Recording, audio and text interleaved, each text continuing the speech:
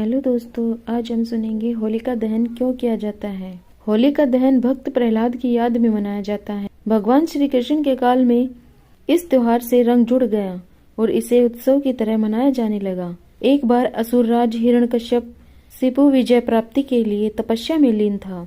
मौका देकर देवताओं ने उसके राज्य पर कब्जा कर लिया।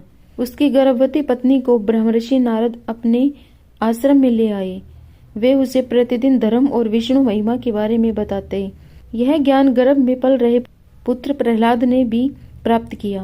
बाद में असुरराज ने ब्रह्मा के वरदान से तीनों लोकों पर विजय प्राप्त कर ली तो रानी उसके पास आ गई। वहां प्रहलाद का जन्म हुआ।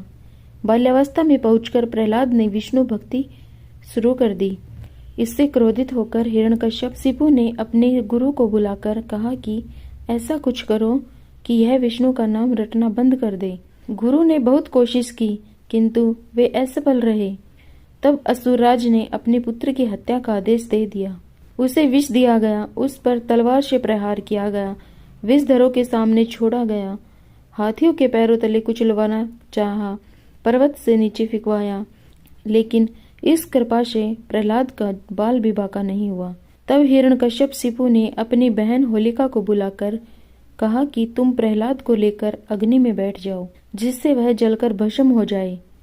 होलिका को वरदान था कि उसे अग्नि तब तक कभी नहीं हानि पहुंचाएगी जब तक कि वह किसी सद्वृत्ति वाले मानव का अहित करने की न सोचे। अपने भाई की बात को मानकर होलिका भतीजे प्रहलाद को गोदी में लेकर अग्नि में बैठ गई।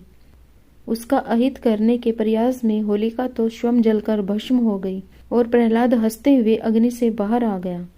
इसलिए होली पर्व मनाते समय वास्तविक भाव को ध्यान में रखकर होली दहन करना चाहिए। इसके लिए फिर आप चाहे तो विगत वर्षों के बुरे अनुभव और असफलताओं को एक कागज पर लिखकर अग्नि को समर्पित कर दें। अपने मन में चल रहे नकारात्मक भावों को होली दहन में डाल दें।